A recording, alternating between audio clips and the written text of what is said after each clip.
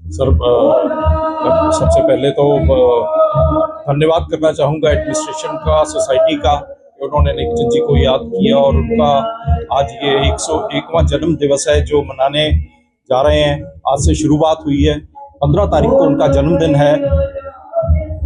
उस दिन तक ये प्रोग्राम चलेगा और बहुत बहुत धन्यवाद सबका।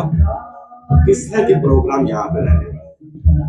कल्चरल प्रोग्राम है, सारे नॉर्थ जोन कल्चर सेंटर ने किए हैं और टूरिज्म ने मिलके ये प्रोग्राम सारा किया है। तो आप देख रहे हैं जैसे नचेरे, बाजीगर वगैरह ये सब हैं। उसके बाद जो कल्चरल प्रोग्राम होंगे वो सब चलेंगे, गाना बजाना चलता रहेगा, लोग एंजॉय करते रहेंगे जी। सारा जो नेकचंद जी का एक विजन था कि ये रॉक गार्डन में, बल्कि नेकचंद जी तो तीज, बैसाखी ये सब फेस्टिवल मनाया करते थे। उस जमाने में हम बर्थडे तो नहीं मनाते थे नेकचंद जी का इस तरह से, पर ये तीज फेस्टिवल और बैसाखी नेकचंद जी बहुत दिल से मनाते थे। उनका यही मन होता था कि ये जो मैंने थर्ड फेस बनाया है ये झूलों के लिए बनाया है, तो यहाँ मेले टाइप लगा करें हर साल के साल। बैसाखी पे, तीज पे बहुत शहर की लेडीज आती थी, वो यहाँ पे पींगे झूलती थी तीज पे, और बैसाखी पे भी बहुत प्रोग्राम चलते थे। सो इस तरह रौनक लगती है, उनको अच्छा लगता था नेकचंद जी। सर फौजी की तो बचपन से लेके आखिरी दम तक जितनी यादें हैं वो बहुत ऐसे मन में बसी हैं कि वो कभी निकलेंगी नहीं। उनकी तो हर बात बड़ी याद आती है। पैर छूना तो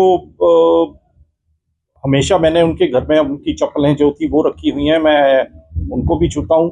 और तो मेरे लिए तो ये भगवान है, मेरे पिता। और हम भगवान में, हम फोटो में देखते हैं तो मैं तो अपने पिता को, मैं शिव जी को मानता हूँ और शिव जी का रूप ही मैं अपने पिता में डालता हूँ, क्योंकि भगवान होते हैं पिता। तो नेकचंद जी तो बहुत कुछ सोचते थे जी। बस आज के दिन में ये बात कहनी नहीं चाहिए, पर वो इस बात से बहुत दुखी थे बीच में कि उनके जितने काम हैं वो अधूरे रह गए हैं। वो चाहते हैं कि मेरे वो काम पूरे हो जाएं, इससे अलावा और कुछ नहीं चाहते थे वो। और हम भी आज यही चाहते हैं कि जितने काम उनके अधूरे रह गए हैं हम वो उनके ही कॉन्सेप्ट के हिसाब से मिलते जुलते पूरे कर दें, ताकि आने वाली जनरेशन जिसको बहुत ज़्यादा नेकचंद जी के बारे में या उनके कॉन्सेप्ट के बारे में सिवाय ये देख के कि आगे वो क्या बनाना चाहते थे वो नहीं पता होगा, और वो देख सकें, उन्हें पता लगे कि एक उस जमाने में नेकचंद जी ने वेस्ट का यूज़ किया जिस जमाने में ज़रूरत भी नहीं थी।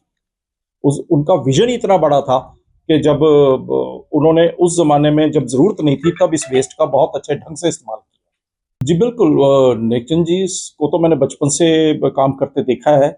और मेरे लिए तो जब मैं बहुत छोटा था तो ये रॉक गार्डन मेरे लिए एक प्ले ग्राउंड था, और मैं उनके साथ, जब वो कभी मेरी छुट्टी होती तो मेरे साइकिल पे बिठा के आगे ले आया करते थे मुझे। और मतलब मैंने शुरू से लेके उनमें यही देखा है। हाँ, जो आप घर आने की बात कर रहे हैं, नहीं ऐसा नहीं है वो कई-कई दिन घर नहीं आते थे। वो कई घंटे घर नहीं आते थे। रात को वो 9, 10, 12 बजे, कई बार 12 बज जाते थे, नहीं तो 9-10 बजे उनका टाइम था कि उन्होंने 5 बजे के बाद रॉक गार्डन में बैठना है और 9-10 बजे तक रूटीन में उन्होंने काम करना है। और कोई फंक्शन है, कोई हमें कहीं कोई बाहर मेले पे लेके जाना, वो सब वो बिल्कुल नहीं। उनके साथ हमने ये एंजॉय किया क्योंकि वो अपने काम में इतने बिजी रहते थे। तो उस जमाने में तो लगता था कि हमने डैडी के साथ कहीं घूमने नहीं गए, मगर आज देख के ये लगता है कि नहीं, उन्होंने जो किया वो आज सबको दिख रहा है कि क्या जरूरी था।